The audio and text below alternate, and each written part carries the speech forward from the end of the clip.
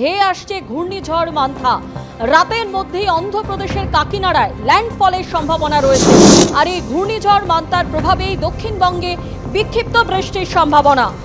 ইতিমধ্যেই সতর্কতা জারি করেছে আলিপুর আবহাওয়া দপ্তর এবং এই ঘূর্ণিঝড়ের প্রভাবেই কলকাতায় ঝোড়ো হাওয়া। আলিপুর আবহাওয়া দপ্তরের তরফে আগেই জানানো হয়েছিল কলকাতা সহ পার্শ্ববর্তী এলাকায় ভারী বৃষ্টির সতর্কতা। আজ রাতের মধ্যেই অন্ধ্রপ্রদেশের কাকিনাড়ায় ল্যান্ডফল করবে ঘূর্ণিঝড় মান্থা।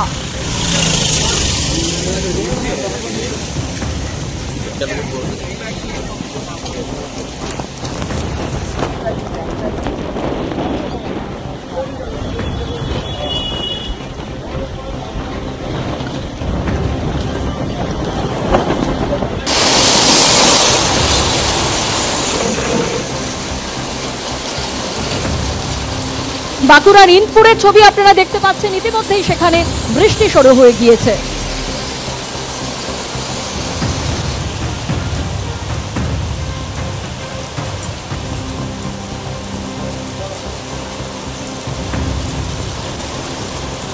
সরাসরি আমাদের প্রতিনিধি সন্দীপ সরকার আমাদের সঙ্গে রয়েছেন। আলিপুর আবহাওয়া দপ্তরের তরফে যে পূর্বাভাস জারি করা হয়েছে, যে আলিপুর আবহাওয়া দপ্তরের তরফে ঘূর্ণিঝড় মান্থার প্রভাবে কলকাতা সহ পার্শ্ববর্তী জায়গায় বৃষ্টির সম্ভাবনা রয়েছে, ভারী বৃষ্টির সম্ভাবনা রয়েছে। আর কি জানতে পারছি, উপকূলবর্তী এলাকাতেও সতর্কতা জারি করা হয়েছে সন্দীপ? দেখো, যেটা অনুমান করা হচ্ছে যে আজকে রাত্রি 9টা থেকে ল্যান্ডফলের প্রক্রিয়া শুরু হবে। মছলিপত্তনম এবং অন্ধ্রপ্রদেশের কাকিনাড়ার মধ্যবর্তী অংশে এই ল্যান্ডফলটা হবে এবং ল্যান্ডফলের প্রক্রিয়া গোটা রাত ধরে চলবে। এখন আমাদের রাজ্যের দক্ষিণবঙ্গের উপকূলবর্তী যে জেলাগুলি রয়েছে, উত্তর 24 পরগনার কিছুটা অংশ, দক্ষিণ 24 পরগনা, পূর্ব মেদিনীপুর উপকূলবর্তী এলাকায় আজকে দুপুর থেকেই মেঘলা আকাশ এবং বেশ কয়েকটি জায়গায় বিক্ষিপ্ত বৃষ্টির সম্ভাবনা আজকে রাত্রির থেকেই রয়েছে, এমনটাই আলিপুর আবহাওয়া দপ্তরের বক্তব্য। আগামীকাল অর্থাৎ 29 তারিখ দক্ষিণবঙ্গের উপকূলবর্তী জেলাগুলির বেশ কয়েক জায়গায় ভারী বৃষ্টিপাতের আশঙ্কার কথা জানানো হয়েছে আলিপুর আবহাওয়া দপ্তরের পূর্বাভাসে। এবং আগামী পরশুদিন দক্ষিণবঙ্গের সমস্ত জেলাতেই হালকা থেকে মাঝারি বৃষ্টির সম্ভাবনা বা আশঙ্কার কথা জানানো হয়েছে। কলকাতার ক্ষেত্রে বলা হয়েছে যে কলকাতাতে আগামীকাল মেঘলা আকাশ থাকবে, হালকা থেকে মাঝারি বৃষ্টি বিক্ষিপ্তভাবে হতে পারে, সেটা আগামীকালও হবে, আগামী পরশুদিনও এই বিক্ষিপ্ত বৃষ্টি বিভিন্ন জায়গায় চলবে। তবে সবথেকে আশঙ্কার কথা জানানো হয়েছে উত্তরবঙ্গের জন্য।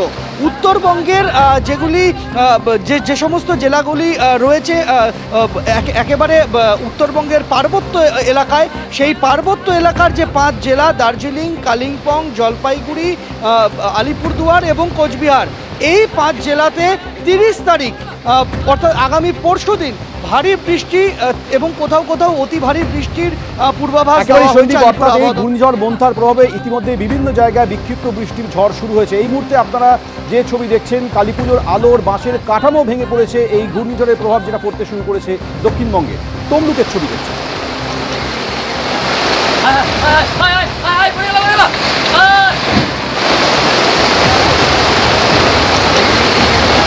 আমাদের প্রতিনিধি ঝিলম করঞ্জাই রয়েছে। ঝিলম, দক্ষিণবঙ্গ এবং কলকাতার ক্ষেত্রে কি সতর্কবার্তা জারি করেছে আবহাওয়া দপ্তর?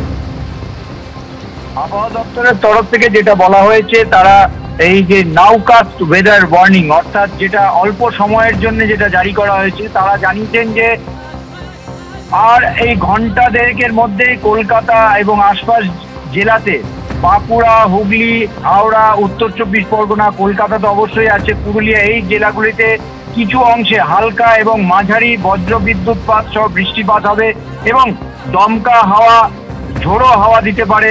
30 থেকে 40 কিলোমিটার প্রতি ঘন্টায় ঝোড়ো হাওয়া দিতে পারে। এই মন্থার প্রভাবে বেশ কয়েকটি জেলায় দমকা হওয়ার সঙ্গে বৃষ্টি হওয়ার সম্ভাবনা রয়েছে। ধন্যবাদ।